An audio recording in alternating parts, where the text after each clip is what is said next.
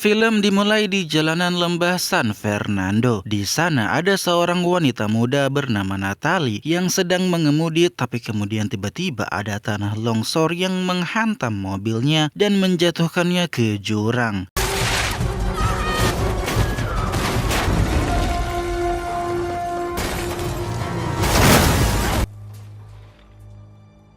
Mobil Natalie tersangkut di tepi jurang dan menjebak Natalie di dalam mobilnya.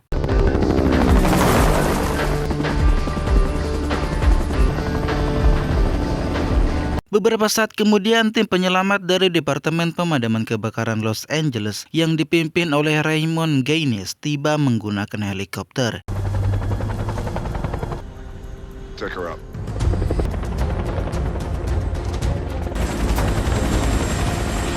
Joby, salah satu anggota kru, mengaitkan diri ke tali dan turun untuk menyelamatkan Natalie.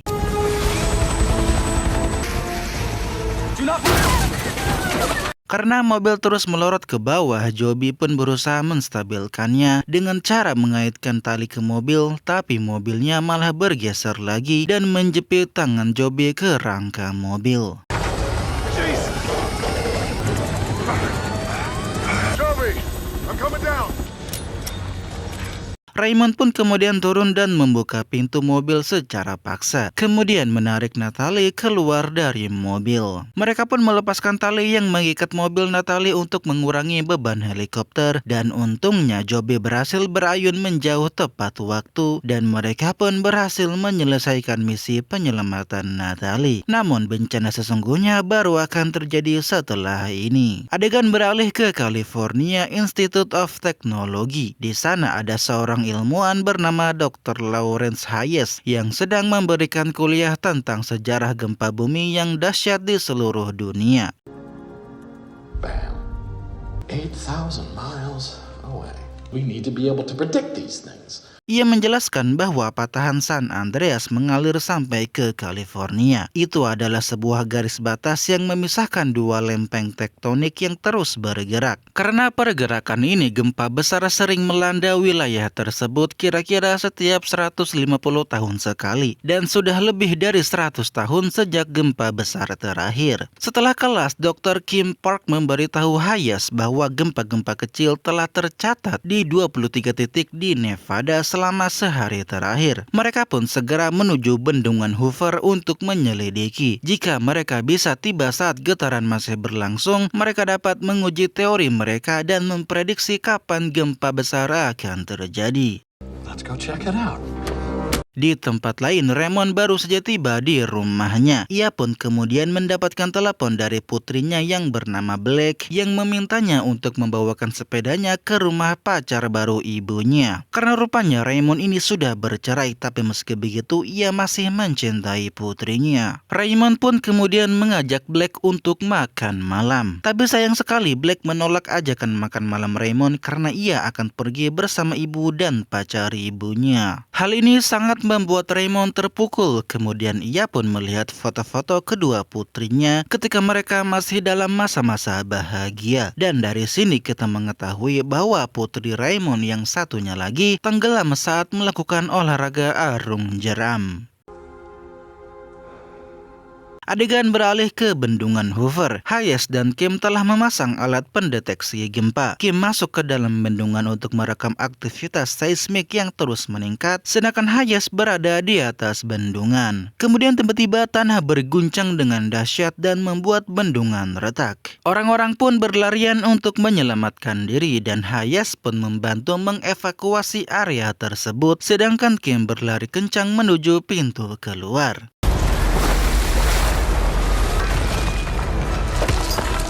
Saat sedang berlari untuk menyelamatkan diri, Kim melihat seorang anak kecil menangis dan ia pun segera menggendongnya menuju tempat taman. Tapi kemudian sebuah retakan yang lebih besar terbuka yang membuat Kim terpaksa melemparkan anak tersebut ke arah Hayes. Tapi sayangnya besi beton menancap di kaki Kim sehingga ia tidak bisa lari. Kemudian bendungan pun hancur dan Kim pun terseret arus.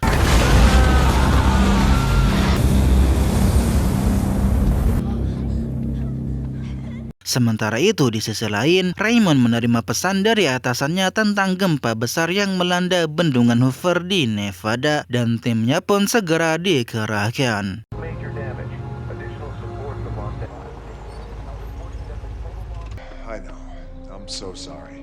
Sebelum pergi, ia mampir ke rumah pacar mantan istrinya untuk mengantarkan sepeda Black. Perkenalkan, ini adalah mantan istri Raymond yang bernama Emma, dan ini adalah pacar Emma yang bernama Daniel. Emma kemudian memberitahu Raymond bahwa ia dan Black akan pindah bersama Daniel. Mendengar hal tersebut, Raymond pun merasa frustasi kemudian pergi. Ray.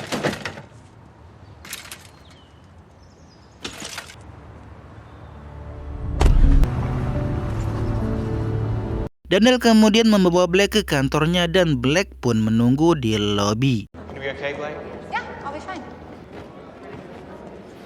Di lobi, Black bertemu dengan seorang pria muda bernama Ben yang sedang menunggu wawancara kerja di sana. Selain itu, rupanya Ben juga membawa adik laki-lakinya yang bernama Ollie. You know, you're quite beautiful.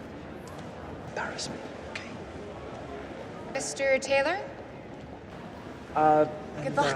Gonna head straight over. Excellent. Sementara itu, Dr. Hayes sedang diwawancarai tentang bencana di Bandungan. Selama wawancara, tiba-tiba rekan-rekannya bergegas masuk membawa data baru. Aktivitas seismik yang kuat kini terdeteksi di sepanjang seluruh patahan San Andreas. Hayes pun kemudian menggambar garis di peta dan menyadari skenario terburuk sedang terjadi, yaitu seluruh patahan San Andreas akan hancur. Yesterday in Nevada was not an anomaly. What if it was a precursor movement? Then you think the whole San Andreas fault might go off? Who should we call? Everybody. Di tempat lain, lebih tepatnya di sebuah restoran di pusat kota Los Angeles, Emma sedang makan siang dengan saudara perempuan Daniel. Kemudian Raymond pun menelepon untuk meminta maaf atas sikapnya sebelumnya. Namun sebelum percakapan berlanjut, gempa dahsyat melanda yang membuat restoran berguncang hebat. Emma pun segera memberitahu bahwa gempa besar sedang terjadi dan setelah memberitahukan lokasinya kepada Raymond, Raymond pun menyuruh Emma untuk naik ke atap karena ia akan segera menuju ke sana menggunakan helikopter untuk menyelamatkannya. Di saat yang sama, Black dan Daniel sedang berada di dalam mobil dan akan keluar dari tempat parkir gedung. Tapi tiba-tiba gempa besar terjadi dan lantai di bawah mobil mereka roboh, yang membuat mobil mereka nyungsep dan menabrak tembok. Tak selesai sampai situ, puing besar menghantam mobil dan menewaskan sang supir serta menjepit kaki Black. Oh my god, he's dead! Are you okay? No, I don't think... My legs are stuck. Come on! Daniel panik dan mengatakan akan mencari bantuan, lalu pergi keluar dan meninggalkan Black sendirian. Leave me alone! Daniel! Daniel kemudian menemukan seorang satpam dan buru-buru memberitahunya tentang Black yang masih terjebak di dalam mobil di tempat parkir. Tapi bukannya balik menyelamatkan Black, ia malah langsung pergi. Di sisi lain, rupanya Ben dan Ollie mendengar tentang keadaan Black. Kemudian mereka pun tanpa ragu pergi ke tempat parkir untuk menyelamatkan Black. Di sisi lain, Raymond terus terbang di atas kota sambil mencari Emma. Sedangkan Emma sendiri sedang berjuang di dalam restoran yang perlahan runtuh untuk membantu orang lain agar pergi ke atap.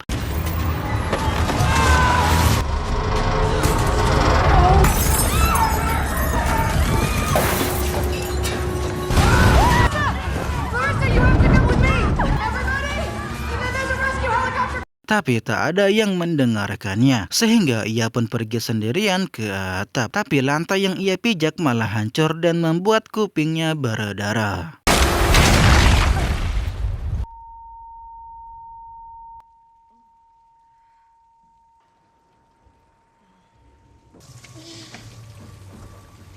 Emma pun kembali naik ke atas dan untungnya Raymond melihatnya dari helikopter dan mendekat. Tapi tiba-tiba ada sebuah ledakan yang memicu kebakaran, sehingga Emma pun terpaksa pindah ke sisi lain yang lebih aman.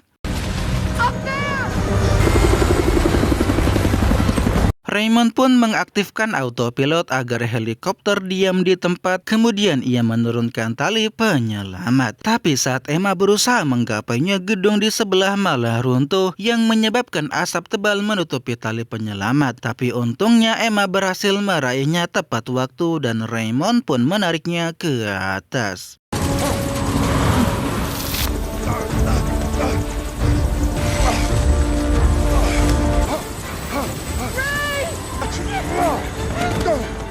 Are you hurt? I don't think so.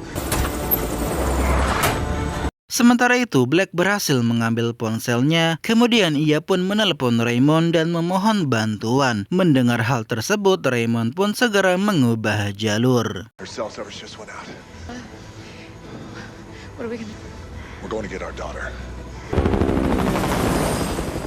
Tak lama kemudian, Ben dan Ollie berhasil menemukan Black. Mereka pun segera mencoba berbagai cara untuk mengangkat puing besar yang menjepit kaki Black. Dengan menggunakan dongkrak mobil dan mengempeskan ban mobil, puing besar pun berhasil terangkat dan mereka pun berhasil mengeluarkan Black dari dalam mobil. Dan setelah itu, mereka pun segera keluar dari gedung. Thank you. Oh my God! That's right!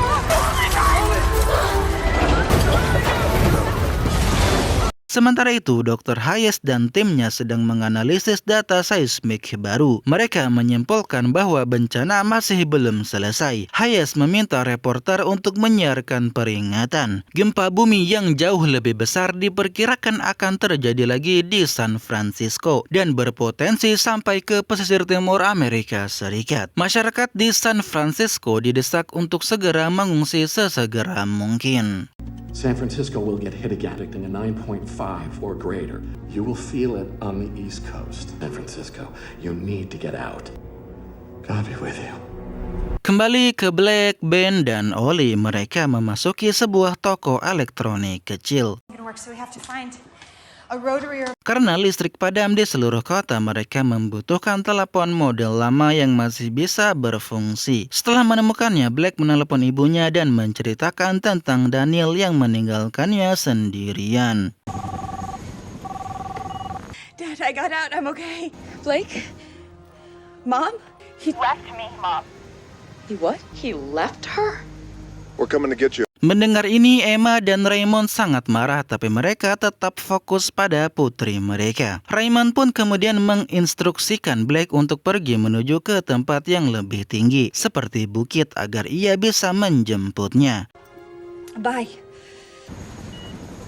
Ah, you've reached Daniel. If you're not already dead, I'm gonna fucking kill you. That a girl?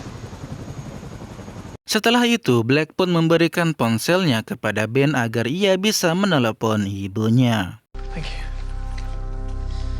Setelah itu, helikopter Raymond tiba-tiba mengalami kerusakan mesin.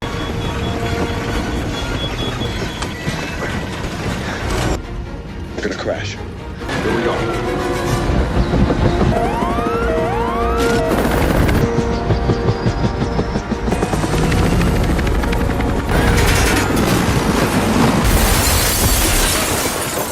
Untungnya, Raymond berhasil melakukan pendaratan darurat di jalanan kota dengan selamat. Tapi kota berada dalam kekacauan. Para penjara memanfaatkan bencana yang terjadi untuk menjarah toko-toko.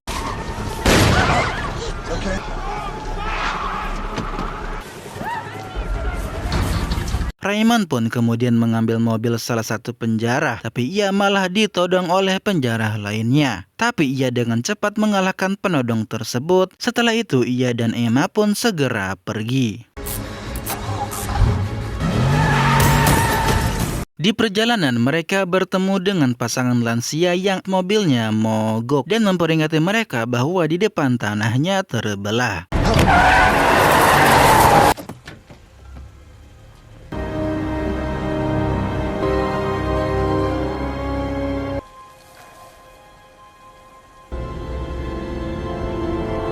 Raymond pun menghampiri pasangan lansia tersebut untuk berterima kasih dan tak diduga ternyata si kakek adalah mantan pegawai sebuah perusahaan penerbangan dan ia pun menunjukkan sebuah pesawat kepada Raymond agar Raymond menggunakannya. Tapi pasangan lansia tersebut menolak naik pesawat dan lebih memilih menaiki mobil Raymond untuk pergi ke rumah putranya di pegunungan.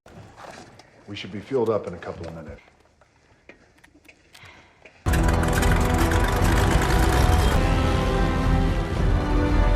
Kita kembali ke Black, Ben, dan Ollie yang sekarang sedang bergerak bersama para pengungsi yang hendak dievakuasi. Hey, check it out. Di tengah jalan, Black melihat mobil pemadam kebakaran yang ditinggalkan dan mengambil beberapa peralatan yang berguna. Tapi kemudian Ben melihat bukit yang sedang mereka tuju terbakar, sehingga mereka pun harus putar arah untuk menuju gedung tinggi yang masih utuh. Looks like we're going to Nob Hill.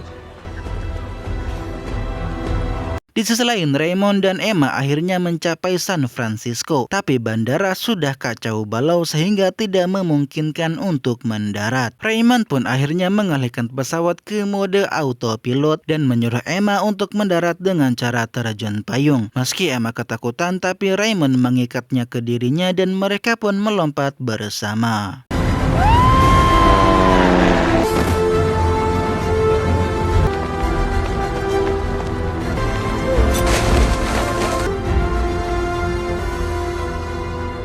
Mereka mendarat dengan aman di lapangan bisbol, tapi beberapa saat kemudian gempa susulan yang masif melanda. It's not safe here. Get to the side of the stadium. Go this.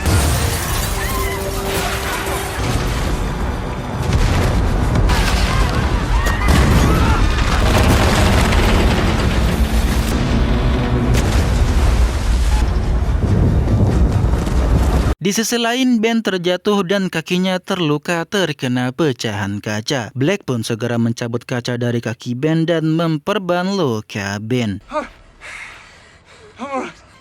We have to keep moving. We gotta get up there. Di sisi lain, Raymond dan Emma melihat kota yang sudah hancur, yang sangat tidak memungkinkan untuk mengendarai mobil melaluinya. Jadi mereka pun menggunakan perahu untuk mencari Black.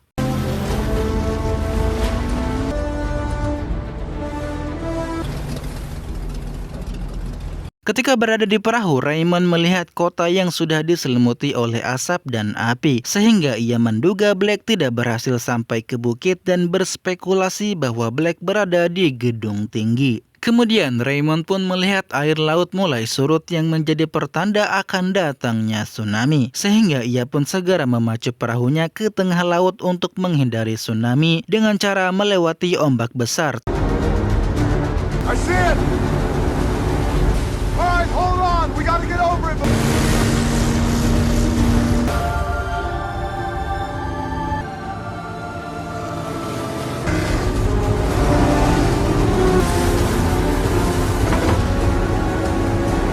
Tapi begitu menaiki ombak, malah muncul kapal kargo yang mengangkut banyak sekali kontainer. Tapi untungnya Raymond berhasil menghindari semua kontainer yang berjatuhan.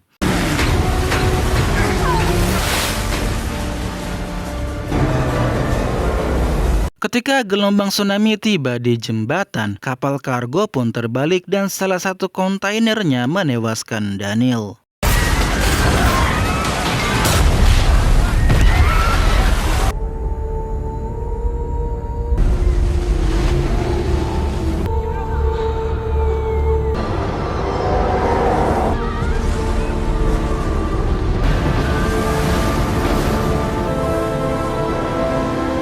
Pada saat yang sama, Black, Ollie, dan Ben mendengar peringatan darurat tentang tsunami. Mereka pun segera masuk ke gedung tinggi untuk menghindari tsunami. Tapi sayang sekali mereka tidak sempat naik ke lantai yang lebih tinggi, sehingga mereka pun tetap terkena gelombang tsunami.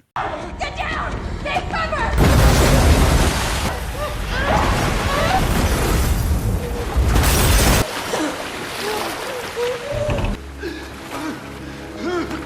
Untungnya mereka masih selamat. Kemudian mereka pun naik ke lantai atas. Black mengobati luka Ben, sedangkan Ollie pergi mencari air bersih. Pada saat yang sama, Raymond dan Emma tiba dengan perahu mereka. Ollie yang melihat mereka pun segera memanggil Blake dan mereka pun berteriak memanggil Raymond. Tapi karena suara mereka tidak terdengar oleh Raymond, Ollie pun menggunakan cinder laser untuk memberikan kode kepada Raymond. Hold on.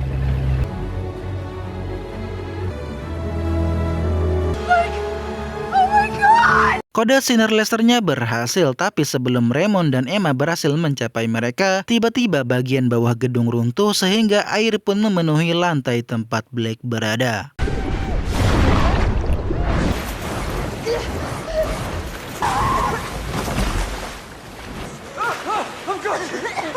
Ben dan Ollie berenang menuju tangga dan berhasil menyelamatkan diri. Tapi sayang sekali Blake terjebak di bawah air.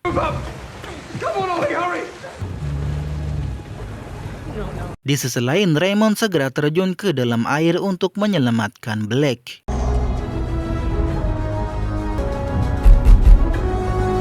Begitu Raymond menemukan Blake, sayang sekali Blake terkurung di sebuah ruangan kaca penuh air yang pintunya terhalang reruntuhan. Sampai akhirnya Blake tenggelam dan tak sadarkan diri.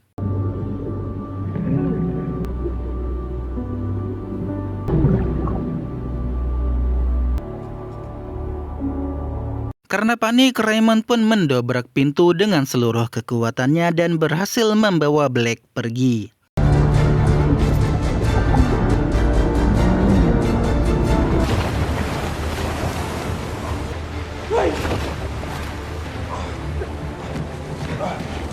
Bring it, honey. Raymond pun membawa Blake ke tempat Ben dan Ollie. Di sisi lain, Emma yang melihat putrinya tak sadarkan diri segera menabrakkan perahu ke kaca gedung hingga pecah.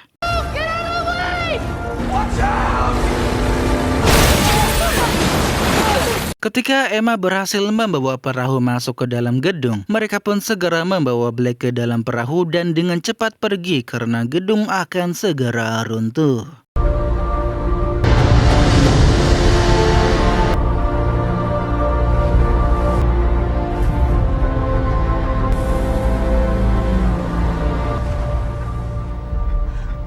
Ketika berhasil keluar dari gedung, Raymond terus-menerus melakukan CPR kepada Blake, tapi Blake tak kunjung sadar sehingga membuat Emma cerik.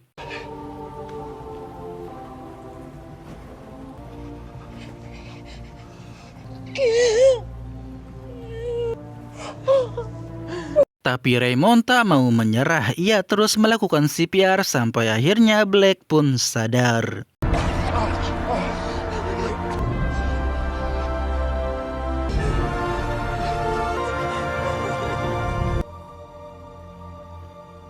Setelah itu, Garda Nasional dan tim bantuan internasional pun tiba untuk membantu para korban yang selamat. Keluarga Raymond pun kembali utuh, plus Raymond dapat calon menantu yaitu Ben dan film pun selesai.